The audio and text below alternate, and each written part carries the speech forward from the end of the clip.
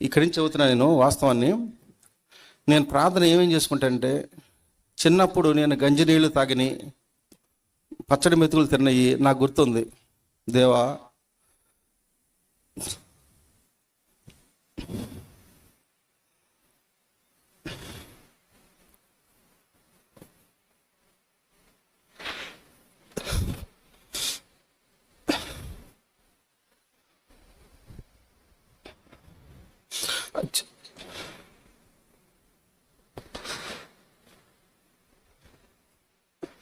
అత్యంత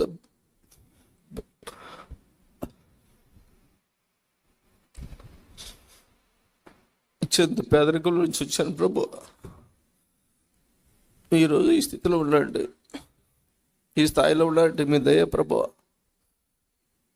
నాకు ఈరోజు తిండికి జరగలేని పరిస్థితి, ఈరోజు నాకు ఈ స్థితిలో ఉండే మీ దయ ప్రభు అని ప్రార్థన చేసుకుంటుంది.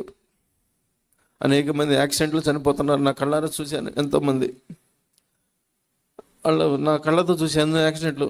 మేము బతికున్నాం అంటే మీ దయ ప్రభు, నా బిడ్డలు మేము బతికున్నాం అంటే మీ దయ ప్రభు అని నేను ప్రేయర్ చేసుకుంటా. కడుపు నిండా అన్నం తిన్నాను ప్రభా. కరోనా డేలో ఆక్సిజన్ లేక ఎంతోమంది చనిపోయారు, ప్రాణవాయు లేక. గాలి ప్రాణవాయు విలువ ఏంటో నాకు తెలుసు ప్రభా. ఈరోజు వరకు కరోనా నాకు కూడా అటాక్ అయింది. నేను బ్రతికున్నా అంటే మీ దయ ప్రభా. ఏ మంచి లేని మమ్మల్ని ఇలా బతికున్నాం ప్రభా అని ఉదయం లేచి అలా ప్రేయర్ చేసుకుంటా. నేను అన్నం తిన్నా అంటే నీళ్ళే, త్రాగే నీరు ఆహారం మీరు ఇచ్చిందే ప్రభువా అని నా గతాన్ని నేను మెమరీ చేసుకుంటా ఉంటా.